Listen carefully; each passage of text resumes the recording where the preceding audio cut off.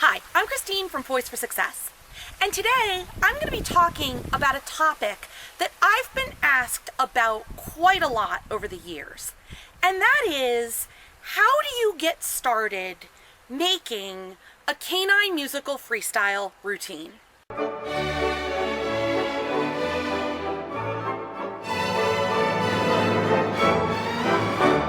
I want to preface this by saying that if you asked 10 different freestylers how they do this, you would probably get 10 different answers.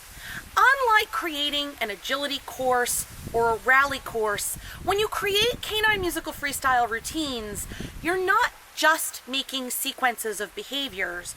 You and your dog are creating art. And everyone is going to have art that's a little bit different, and everybody's going to have an artistic process that's a little bit different. But today in this video, I'm going to share some information about how I do this. For the purposes of this video, I'm going to be starting at the point where music has already been chosen and you and your dog are ready to go with creating your routine. The first thing that I like to do is to sit and listen to the music and use my imagination. What can I see myself and my dog doing at different points of the music? Now, this isn't gonna be a complete kind of thing. Usually I can kind of see in my mind what we might be doing at one particular point, or what we might be doing at another particular point. Usually there's kind of blanks where I don't have anything, and that's perfectly fine because this is really just the idea stage. I tend to start with those main elements that I see in my mind and build the rest of the performance around those. Once I've spent time imagining, I typically do this when I'm driving in my car on my way to and from work. Once I've done that, I schedule some time with my dog in a place where we can work, where we're not going to be disturbed, where we can take our time to start working through the artistic process. Now, I want to say, I personally find this first step to be the most challenging because it entails trial and error. Some things are simply not going to work the way I had envisioned them working. And I always have to have a mind to my dog's mental and emotional state. Some dogs really enjoy this step. Others find it particularly stressful. So with a dog that finds it stressful, I'm going to go out of my way to make sure my dog is as happy and comfortable as possible. Because on a practical level, this step is different for the dog than simply training behaviors or performing something that's already been decided on and is set and practiced. So, for the first step, I like to take just a section of the music, and that might vary. I might start with something in the middle. I might start with the ending. I often start with the beginning, but you absolutely do not have to start with the beginning. Sometimes it can be helpful to start with a middle portion and then kind of build around that. My dog Bandit and I are just getting started in the dynamic division, and just last night we started working on one of our short routine segments for the dynamic division, and I started with a little bit of music more toward the middle of the piece. That's what we're going to be working with. We have about a minute of music. You can certainly start with less that we started creating with.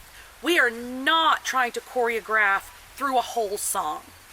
When I start this process, I do elect to have food in my hands. This isn't a time when I'm looking for my dog to carry out behaviors fluently and on cue.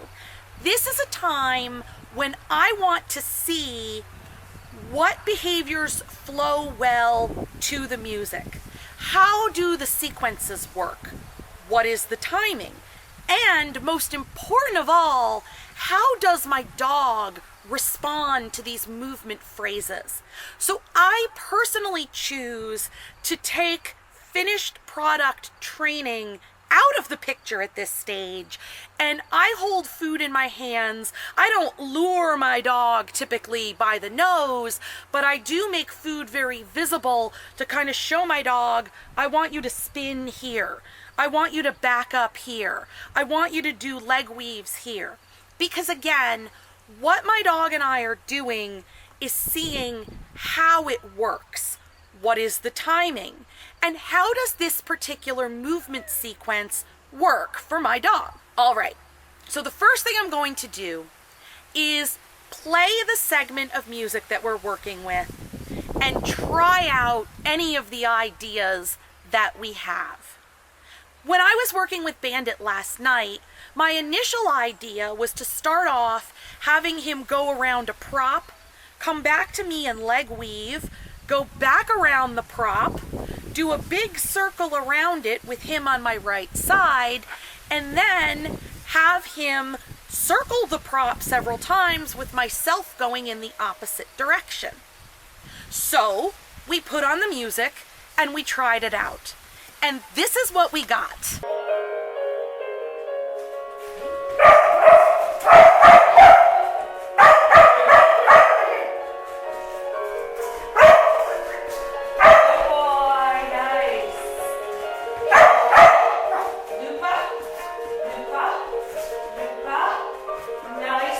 As you can see, it didn't work.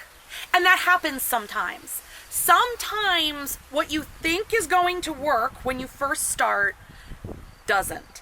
So I had to pull back a little bit and think, because it was apparent to me that what I was trying with my dog to this music didn't work for him. So instead, I took away the prop and I decided to try out a movement sequence with him that was going to have more flow.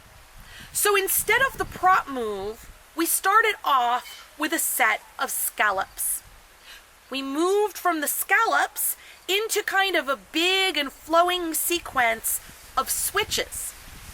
Then I called him in front of me, had him do a bit of backing. Now let me say, I've got some experience with this. And so for me, starting off with that many behaviors is comfortable. If you're just getting started, you might want to start with just 2 or 3 behaviors. You might want to start with just 15 seconds of music. Think in terms of building this in pieces, not of having a whole routine out of the box. So here was our first try with the more flowing sequences. Hit it, scallop, stay, scallop, stay, switches, yes, switches, and come face, okay, and backing, back, back, back, and you're gonna go back, spin, and right here, big circle around. As you can see, that worked out much, much better. So once you have something that works, even just a few seconds, you can now work toward building more behaviors using the same process, using more of the music. What often happens for me is that I end up with something that works in one segment of the music, something that works a little bit later, and then I have to figure out how am I going to bridge these together.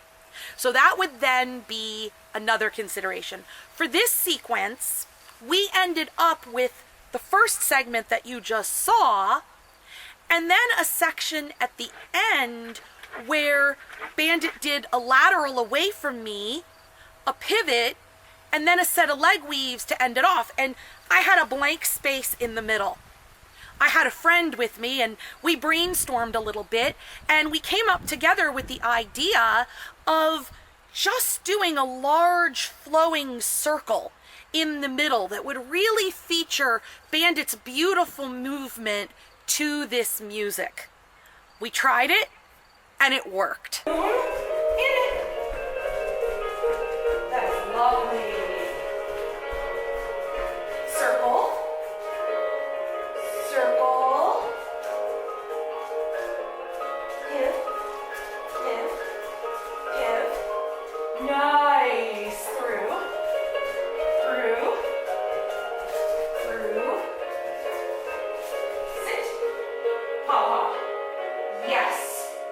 So often when I'm creating a freestyle performance, I end up with a piece here and a piece there, and then I need to figure out how to tie it together. So that would be the next step. The first step is create pieces. The next step is tie them together. Once I've done that for a segment of music, and that's where Bandit and I are at this moment, the next thing that I'm going to work out is our placement on the floor as we are performing these behaviors. I haven't been worried about that up to this point.